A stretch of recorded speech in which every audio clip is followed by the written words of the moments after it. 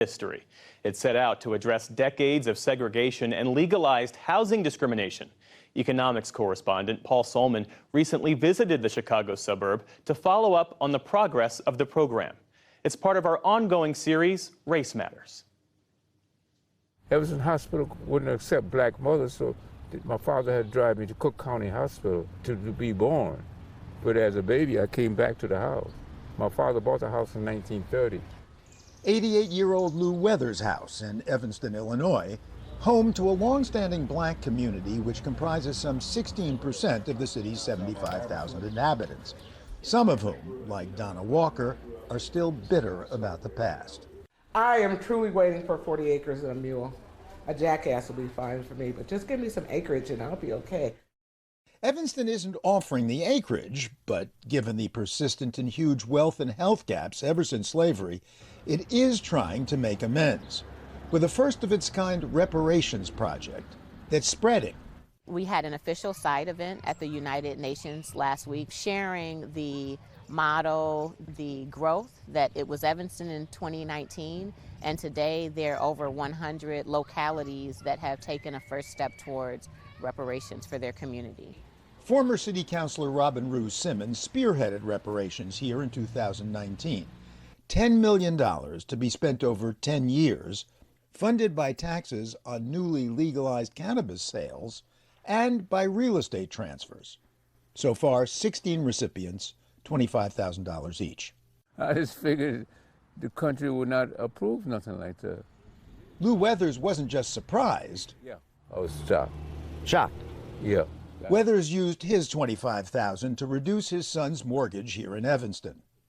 Well, anytime you can reduce your mortgage payment is going to be lower. His bills are going to be lower. He can use the money for other things. I had said it from the beginning that we were not going to see this money at all. But hairdresser Donna Walker was wrong. Some people did see it, and I'm very happy that they did. And I'm happy that the elders are able to, pay taxes on their homes, fix it up. Walker's next-door neighbor, fellow hairdresser Gigi Giles, is on the waiting list for funds that will come in future years. So you figure you will get it eventually? Eventually, if not, my grandchildren or my daughters will get it. What will you do with the money? I would fix up my home. I would do my kitchen and my 2 bathrooms. Can you do that for 25 grand? I'd make it work. Initially, reparations money only counted towards housing-related projects, mortgage payments, home improvements, or a down payment. In March, Evanston City Council added the option of direct cash payments because some had felt that a restricted grant was demeaning. Recipients should be able to do what they want with the $25,000. Most of us here can't even afford to live here. Like Donna Walker. If you give me something, you can't tell me how to spend it. Mm-hmm. Mm-hmm. So, and it's like, you have people like, well, what are they going to spend it on? Man, I'm going to buy Newports and a Cadillac. Come on, really? Newport cigarettes, that is. Lou Weathers, though, prefers housing investment. Anytime you have grants and stuff like that, 2 sides have to get something out of it. The city making people improve their property helps me because I own property. That's going to increase my value of my property. Now, not everyone in Evanston is pro-reparations, of course. I don't think it's a good idea. There are people who need help. The help should not be predicated on someone's race, creed, color, orientation. A local businessman who called us later trying to take back the interview. A bit late, but as a courtesy, no name or face. We had laws that were against the Chinese, and those were enforced from like 1883 to 1943. So if we go by that standard, well, then we owe the Chinese recompense, we owe the Japanese even more recompense, and there comes a point where we're a flawed society. I think the thing we need to do is move forward. Evanston Mayor Daniel Biss wasn't surprised to hear of the reluctance to say this on camera. I do think people feel like if I come out and say reparations is a dumb idea, we should not do that, I'm just not going to make a lot of friends. I'm not going to gain a lot of support. But reparations champion Simmons says taking a stand means ignoring the blowback, no matter how unpleasant it's been to see what she herself has received online. it's the ghetto lottery or, you monkey, you slave, and go back to Africa, that type of stuff. But the overall reaction, at least in this liberal city, according to the liberal mayor, it's something that we're enormously proud of. I think it's an important step. One might argue a partial step or an inadequate step, but still a really important step toward both on a factual level, reckoning with our past, but also creating the concrete equity that our community has been talking about for probably 4 or 5 generations, but has never really fully realized. Is the pride pervasive? I asked our camera-shy businessman. So if roughly half the population are white, what proportion of those people do you think don't think this is a good idea, think as you do? You don't even bring it up because people are afraid to really express their thoughts.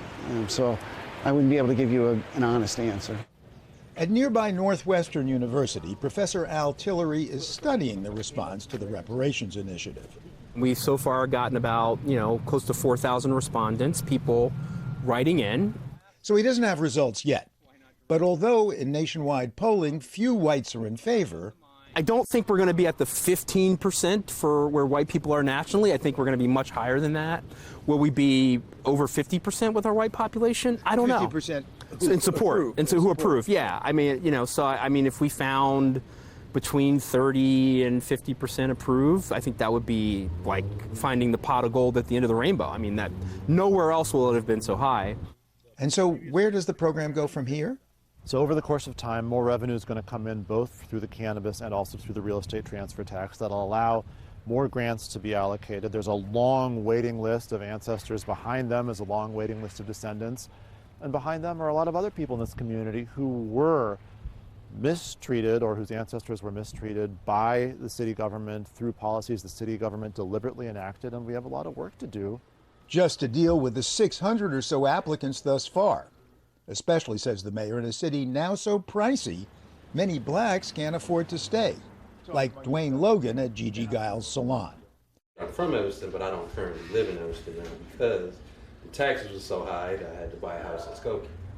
Right, says Simmons, because blacks were never able to build generational wealth, which is why she was inspired to push for reparations. I was looking at the race gaps in every area. I was looking at the loss of black community, residents leaving almost every day because of lack of affordability, not feeling a sense of place, going to other communities where they felt more hopeful and opportunity. The black experience in this city and in this nation has been in a state of emergency since we were kidnapped from West Africa and brought here. And so it is time to do something radically different than we've done in the past, and reparations is that answer.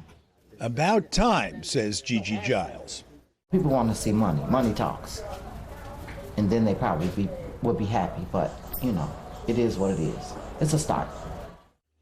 And she's still living here and running the business her father started 60 years ago. For the PBS NewsHour, Paul Salman in Evanston, Illinois.